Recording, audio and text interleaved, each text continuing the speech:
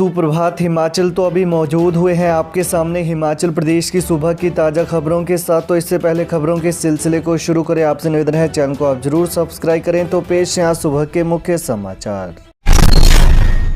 हिमाचल में बाहरी राज्यों के वाहनों का प्रवेश शुल्क 50 रुपये तक बढ़ा। बाहरी राज्यों के वाहनों का हिमाचल प्रदेश में टोल बैरियरों पर 24 घंटे का प्रवेश शुल्क 10 से 50 रुपये तक बढ़ गया। बढ़ी हुई दरें आज से लागू हो जाएंगी।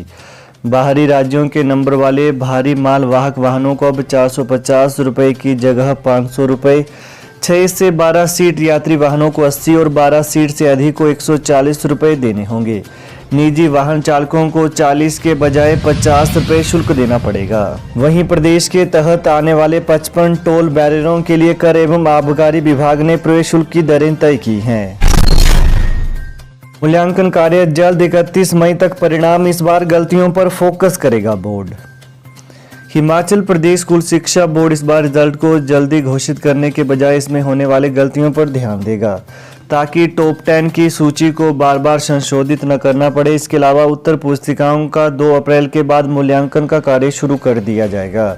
स्कूल शिक्षा बोर्ड की इस बार मई माह के अंत तक परीक्षा परिणाम निकालने की कोशिश करेगा। वहीं हिमाचल प्रदेश स्कूल शिक्षा बोर्ड के सचिव डॉक्टर विशाल शर्मा ने बताया कि 31 मार्च को स्कूल शिक्षा बोर्ड की 10वीं और 12वीं कक्षा की टर्म 2 परीक्षाओं का समापन हुआ है।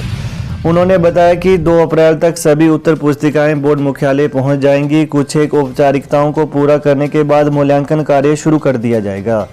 मूल्यांकन कार्य के लिए प्रदेश भर में 43 परीक्षा केंद्र बनाए गए हैं, जिनमें 5000 के करीब शिक्षक मूल्यांकन कार्य में अपनी सेवाएं देंगे।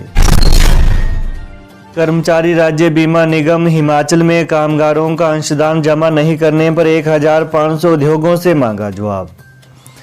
कर्मचारी राज्य बीमा निगम ने प्रदेश के 1500 उद्योगों को अंशदान जमा न करवाने पर नोटिस जारी किए हैं। संचालकों से जवाब मांगा गया है कि किस कारण उन्होंने अंशदान जमा नहीं करवाया है।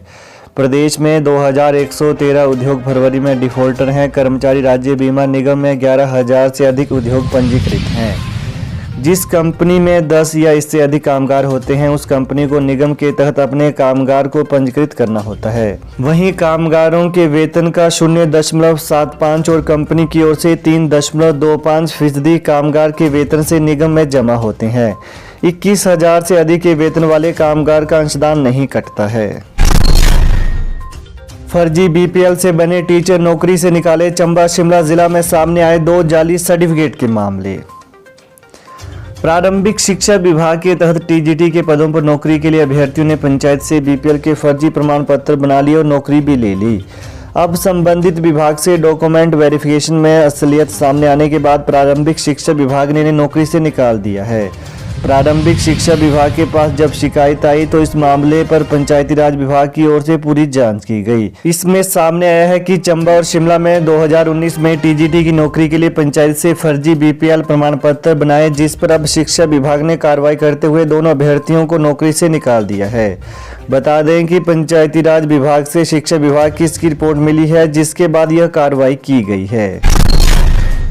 300 करोड़ से टला बिजली बोर्ड का संकट। बोर्ड ने फरवरी में बिल उगाही से जुटाए राजस्व से चलाया था खर्चा। आखिर बिजली बोर्ड को लंबे इंतजार के बाद 300 करोड़ की सब्सिडी मिल गई है। राज्य सरकार ने इस सब्सिडी का भुगतान बोर्ड के खाते में कर दिया है।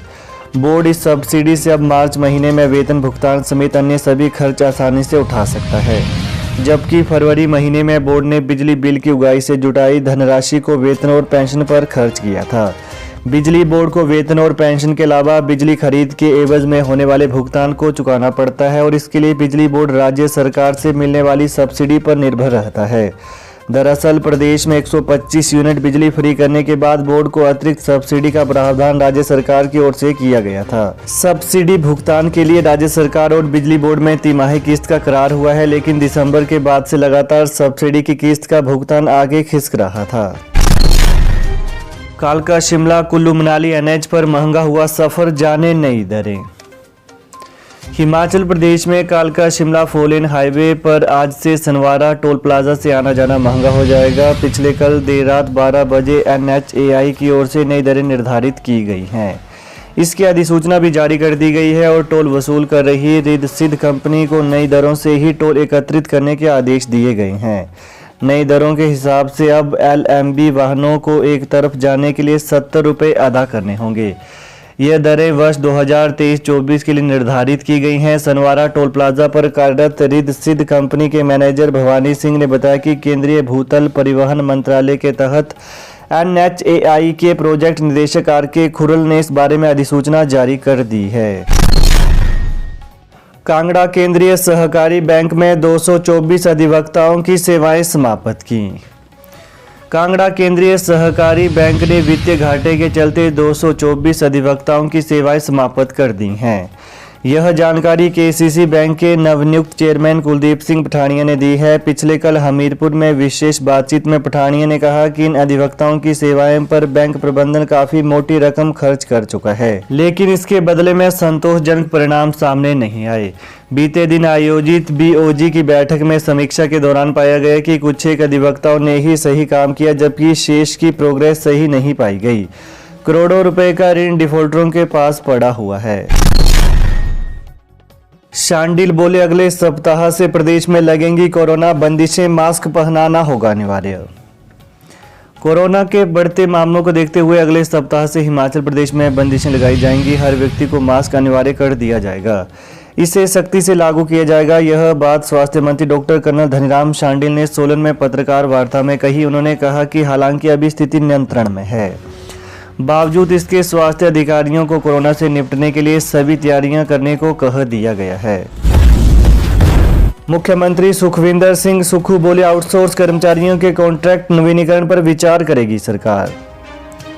आउटसोर्स कर्मचारियों के कॉन्ट्रैक्ट नवीनीकरण पर सरकार विचार करेगी। इस पर चर्चा के उपरांत कोई निर्णय लिया जाएगा।